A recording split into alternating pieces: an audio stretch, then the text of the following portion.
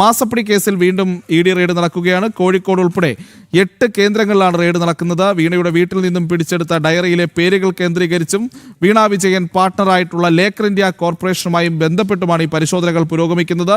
മുഹമ്മദ് റിയാസുമായി ബന്ധപ്പെട്ട ഇടങ്ങളിലും ED. Raid നടക്കുന്നുണ്ട്. റിയാസിന്റെ സുഹൃത്തുക്കളുടെ വീടുകളിലും CPM നേതാക്കളുടെ വീടുകളിലും സ്ഥാപനങ്ങളിലുമെല്ലാം പരിശോധന മുന്നോട്ട് പോവുകയാണ്. റിയാസിന്റെ PA മിഥുന്റെ വീട്ടിലും പരിശോധന നടക്കുന്നതായിട്ടാണ് ഏറ്റവും പുതിയ വിവരങ്ങൾ വരുന്നത്. ഇതിൽ ജിജീഷ് കരുണാകരനും രമ്യാദാസും ചേരുന്നുണ്ട്. ജിജീഷ്, സുപ്രധാനമായൊരു നടപടി, ആ നടപടി കടുപ്പിക്കുമ്പോൾ കാണുന്നത് നേരത്തെ ചില നിലപാടുകളൊക്കെ സ്വീകരിച്ച് നിന്ന മുഹമ്മദ് റിയാസിന്റെ ആ നിലപാടുകളൊക്കെ പൊളിഞ്ഞു വീഴുന്നതാണ്. അതേ വീണയിൽ നിന്ന് റിയാസിലേക്കും റിയാസിൽ നിന്ന് സുഹൃത്തുക്കളിലേക്കും എന്ന രീതിയിൽ അന്വേഷണം ഇപ്പോൾ പുരോഗമിക്കുകയാണ് എന്നുള്ളതാണ് മനസ്സിലാക്കുന്നത്. ഇതിൽ CPM സെക്രട്ടേറിയറ്റ് അംഗത്തിന്റെ വീട്ടിൽ പരിശോധന നടത്തുന്നു എന്നുള്ളതാണ് നമ്മൾ മനസ്സിലാക്കുന്നത്. അദ്ദേഹത്തിന്റെ തറവാട്ട് വീട്ടിലും പരിശോധന നടത്തുന്നതായി മനസ്സിലാക്കുന്നു. അങ്ങനെ റിയാസിന്റെ സുഹൃത്തുക്കൾ, കോഴിക്കോട്ടെ CPM നേതാക്കൾ എന്നിവരടക്കമുള്ള മേഖലകളിൽ അല്ലെങ്കിൽ അത്തരം കേന്ദ്രങ്ങളിലൊക്കെയാണ് ഇപ്പോൾ ഇഡിയുടെ പരിശോധന നടക്കുന്നത്.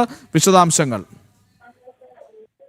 പ്രീത്ത് പറഞ്ഞതുപോലെ തന്നെ വീണ്ടും ഏറ്റവും നിർണായകമായ മറ്റു ചില നീക്കങ്ങളിലേക്ക് കൂടി എൻഫോഴ്സ്മെന്റ് ഡയറക്ടറേറ്റ് കടക്കുകയാണ്. അങ്ങനെയാണ് ഒരിക്കൽ കൂടി അല്ലെങ്കിൽ വീണ്ടും ഒരു റെയ്ഡിലേക്ക് അന്വേഷണ സംഘം എത്തുന്നത്. ഈ റെയ്ഡിന്റെ ഒരു പ്രാമുഖ്യം എന്ന് പറയുന്നത് അത് കൂടുതൽ തെളിവുകളുടെ ശേഖരണത്തിന് ശേഷം കൂടി നടക്കുന്ന റെയ്ഡാണ്. മാത്രമല്ല വീണയിൽ നിന്ന് പ്രീത്ത് പറഞ്ഞതുപോലെ തന്നെ വീണയിൽ നിന്ന് ആ പണം മുഹമ്മദ് റിയാസിലേക്ക് എത്തുന്നു. മുഹമ്മദ് റിയാസിൽ നിന്ന് മുഹമ്മദ് റിയാസിന്റെ ചില സുഹൃത്തുക്കൾ മാത്രമല്ല, അവർ CPMന്റെ പ്രധാനപ്പെട്ട ഭാരവാഹിത്വങ്ങൾ വഹിക്കുന്ന ആളുകൾ കൂടിയാണ്.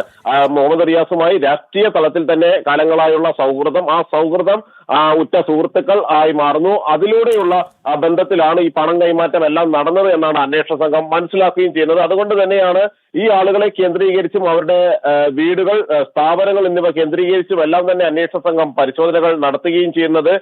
നിഖിലിന്റെ വീട്ടിലടക്കം പരിശോധനയ്ക്ക് എത്തിയത് മുഹമ്മദ് റിയാസുമായി ബന്ധത്തിന്റെ അടിസ്ഥാനത്തിലാണ്. നേരത്തെ തന്നെ ഒരു കാര്യം വ്യക്തമായിരുന്നു, വീണ മുഹമ്മദ് റിയാസുമായി സാമ്പത്തിക ഇടപാടുകൾ നടന്നിട്ടുണ്ട്. എന്നാൽ അത് സാധാരണ നിലയിൽ ഭാര്യ ഭർത്താക്കന്മാർ തമ്മിൽ നടക്കുന്ന സാമ്പത്തിക ഇടപാടുകൾ, പണമിടപാടുകൾ എന്നതിലപ്പുറം അതിൽ വലിയ ദുരൂഹതകളുണ്ട്. പണം ചില കൈമാറ്റങ്ങളുടെ ഭാഗമായിട്ടാണ് വീണ മുഹമ്മദ് റിയാസിന് നൽകിയതെന്ന് അന്വേഷണ സംഘത്തിന് നേരത്തെ തന്നെ വ്യക്തമായിരുന്നു. അങ്ങനെയാണ് റിയാസിനെ ചോദ്യം ചെയ്യുക എന്ന ഒരു ഘട്ടത്തിലേക്ക് കൂടി കടക്കാൻ വേണ്ടി വീണയ്ക്ക് പുറമെ മുഹമ്മദ് റിയാസ് കൂടി ചോദ്യമുനയിലേക്ക് എത്തുന്ന വിധത്തിൽ അന്വേഷണം മുന്നോട്ട് കൊണ്ടുപോകാൻ അന്വേഷണ സംഘം തീരുമാനിച്ചത്. അങ്ങനെയാണ് നേരത്തെ തന്നെ മുഹമ്മദ് റിയാസും ചോദ്യമുനയിലേക്ക് ഉടൻ ചോദ്യം ചെയ്യുമെന്ന കാര്യം നമ്മൾ പുറത്ത് വിടുകയും ചെയ്തിരുന്നു.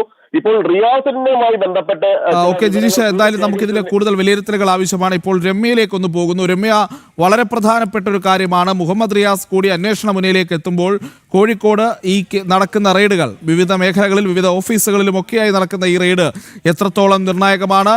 ഇതിൽ ഈ റെയ്ഡ് നടക്കുന്ന ആളുകളുടെ രാഷ്ട്രീയ ബന്ധം, അവർക്ക് മുഹമ്മദ് റിയാസുമായുള്ള ബന്ധം വിശദമാക്കാം രമ്യ. കേസിലെ അന്വേഷണമാണ് ഇന്ത്യ കൂടുതൽ പഠിപ്പിച്ചിരിക്കുന്നതെന്ന് ഇന്നലെ നമുക്ക് പറയേണ്ടി വരും. കാരണം ഈ മാസപ്പടി കേസിലെ അന്വേഷണം ഈ മുഹമ്മദ് റിയാസുമായി ബന്ധപ്പെട്ട് അല്ലെങ്കിൽ അടുപ്പമുള്ളവരിലേക്ക് കൂടി നീങ്ങുന്നു, അല്ലെങ്കിൽ വ്യാപിച്ചിരിക്കുന്നു തന്നെയാണ് ഈ അന്വേഷണത്തിലൂടെ, അതായത് പുലർച്ചെ ആരംഭിച്ച അന്വേഷണത്തിലൂടെ നമുക്ക് മനസ്സിലാക്കാൻ സാധിക്കുന്നത്. ആദ്യഘട്ടത്തിൽ ഇതിൽ 4 ഘട്ടമാണ് ഇത്തരത്തിൽ കോഴിക്കോട് ഈ വീഡിയോയുടെ അന്വേഷണം പുരോഗമിക്കുന്നത്. BPCC രമ്യ, എന്തായാലും